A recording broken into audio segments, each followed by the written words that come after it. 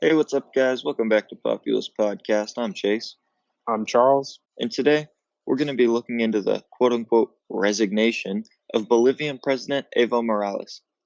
I'm sure most of y'all have heard Bolivian president of 13 years, Evo Morales, was quote unquote asked to resign by the Bolivian military and replaced with a straight up fascist opposition that has been unafraid to carry out Nazi salutes in the streets, and Janine Áñez, who has taken the role of interim president and has taken shots at indigenous Bolivians, including their religion and ethnicity, referring to them as satanic.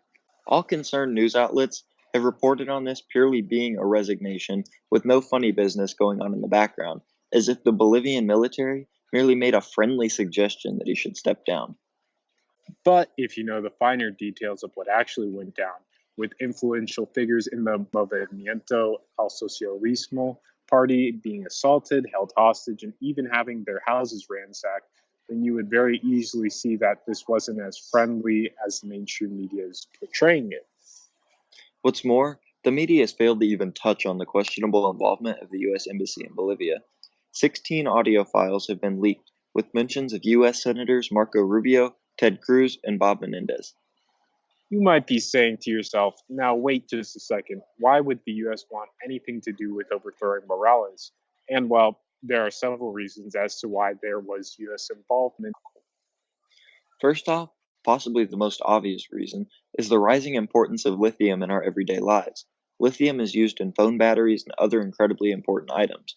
What's important about lithium here?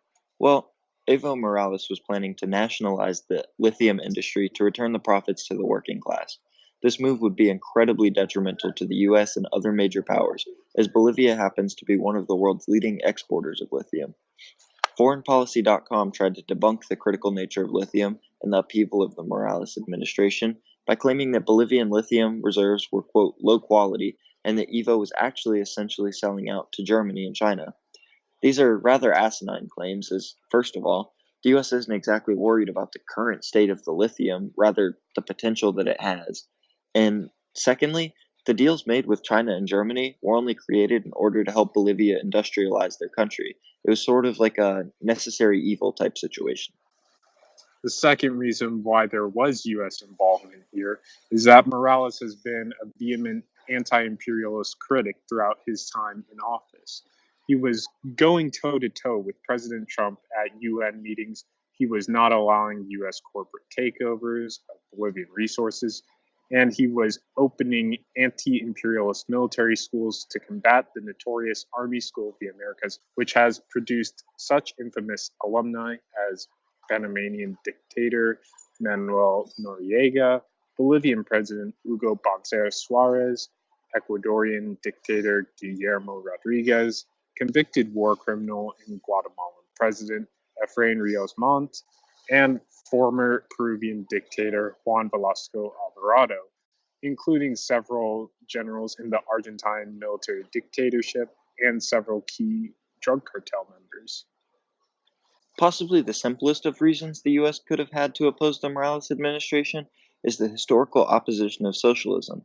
Ever since the Truman Doctrine, the US has acted against international law to oppose anything left of center. Look at the CIA coup d'etats against Salvador Allende, Hugo Chavez, Jacobo Arbenz, and even recent attempts to denounce Maduro. The US is unabashed in its desperate attempts to oppose democracy in favor of its own self interest.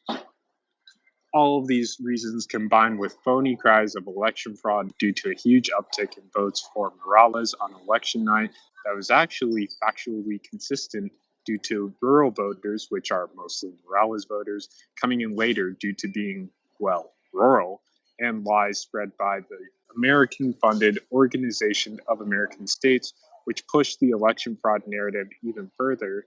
And you have the most optimal situation for a CIA backed coup. Despite Morales' concessions to hold a new election to stifle his opponent's claims and also bring about the reforms the OAS wanted, he was still overthrown. A huge counterargument to this having been a coup was that Morales was running against the law for a fourth term. While it's possibly morally objectionable that he had a referendum to abolish term limits in the first place, the Supreme Court in Bolivia did claim that they were unconstitutional. Therefore, he ran completely legally, and the claims that the election was rigged, they're kind of lazy. Morales worked miracles for the Bolivian people, and he was very well liked. Among his economic miracles are the reduction of poverty by 42%, the reduction of extreme poverty by 60%, a 50% increase in GDP since 2005, which is double the rate of the rest of Latin America, and the absolute slashing of the unemployment rate from 7.7% down to 3.4%. It just goes to show that no matter how well liked you are, how many people you bring out of poverty, how pro people you are, if you have a small infraction that allows your opposition to be emboldened, you should be very wary of the US government nullifying all that and inserting their own corporate tool to do their bidding. Any and all politicians who claim to be on the left and or anyone who claims to be anti-imperialist in general must now call out the absolutely disgusting and anti-democratic actions of the CIA and the Comunidad Ciudadana to take a recovering country and economy that suffered so greatly under pro-US regimes and neoliberal austerity to now being on the verge of wiping out the most growth Bolivia has seen in the past 35 years. Well, thank you guys so much for watching. We hope you enjoyed it. If you did, please like, comment, subscribe, all that good stuff, and we'll see you in the next one.